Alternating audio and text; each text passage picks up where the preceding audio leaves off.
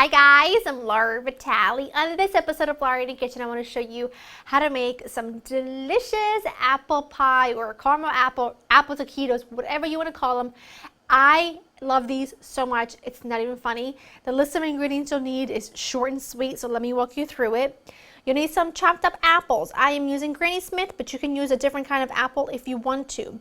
Flour tortillas, brown sugar and cinnamon, a little bit of flour. I've got some vanilla extract. You need some butter. This is just some cinnamon sugar, which is just sugar with a little bit of cinnamon mixed in. And you need some caramel sauce. Let's get started. I've got my oven preheated to 375. What I have here is a skillet that I have a couple tablespoons of butter melting in there. And to that, I'm going to add my apples along with my brown sugar and my cinnamon. Now what I'm going to do is just make sure I coat all of my apples in the sugar mixture. Now it looks like it's not a lot of sugar, but I am going to sweeten things up with some caramel sauce. So don't panic. I'm not letting you down. These are delicious, I promise. I've been seeing this recipe, like variations of this recipe, all over the place, and I figured I need to make that because I love me some apples. But most recipes call for like apple pie filling and things like that. You know me, I'm a control freak. I need to make sure I know what goes inside my food. So I like to make my own filling, especially when like it's apple season and there are fresh apples all over the place. I just like it. I think there's no comparison to when you make something from scratch. So I'm just gonna go ahead and cook these up until they soften a little bit. This will take about, let's say, 5 minutes. Looks fantastic. I'm just going to add a small splash of vanilla. Not too much. And then I'm just going to add a little bit of flour, like a teaspoon or so. Really, I just want to make sure that there's no excess liquid or moisture from the apples.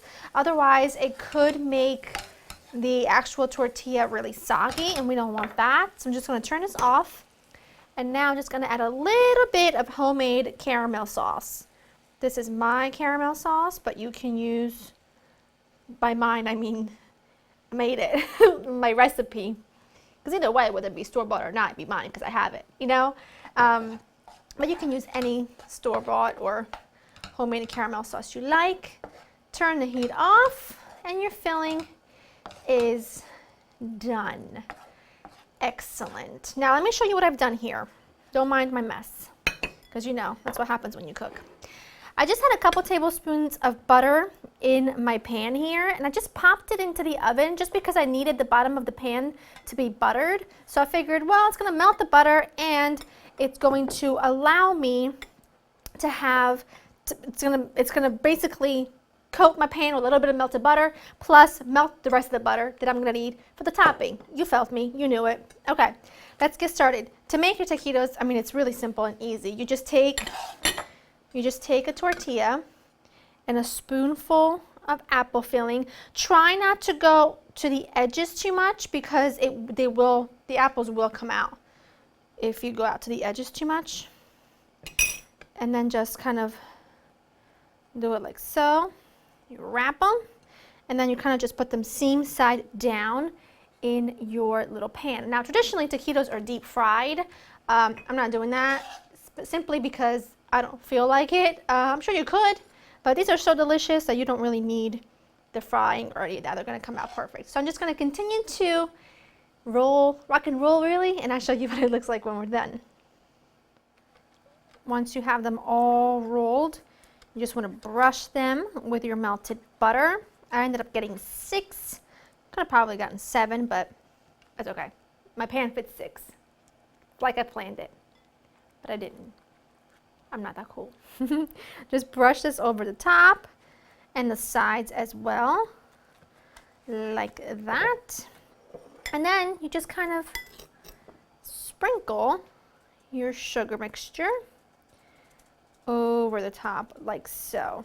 And these are so fantastic for a party because they're great eaten at room temperature. Like what you could do is you could make like smaller versions because now like I'm in holiday party mood, you know, make small versions and then have like little caramel, little shot glasses with caramel on the side that people can just eat really easily. How fun!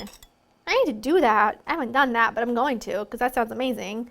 And how easy is that? I mean, it's just a couple of ingredients, which you might already have on hand. I mean, you never know. I wouldn't do this with corn tortillas. I think the flavor would just kind of wouldn't be balanced properly, but try it. It might work for you.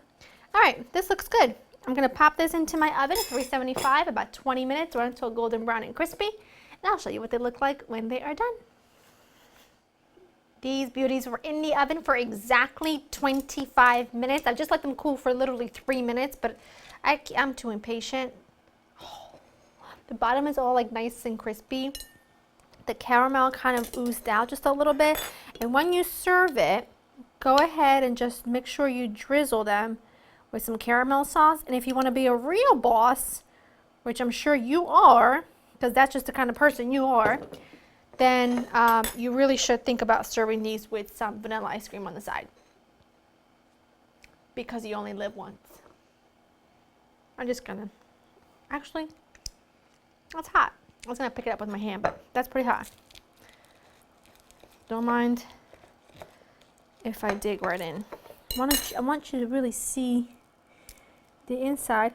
A little bit hot, but you know.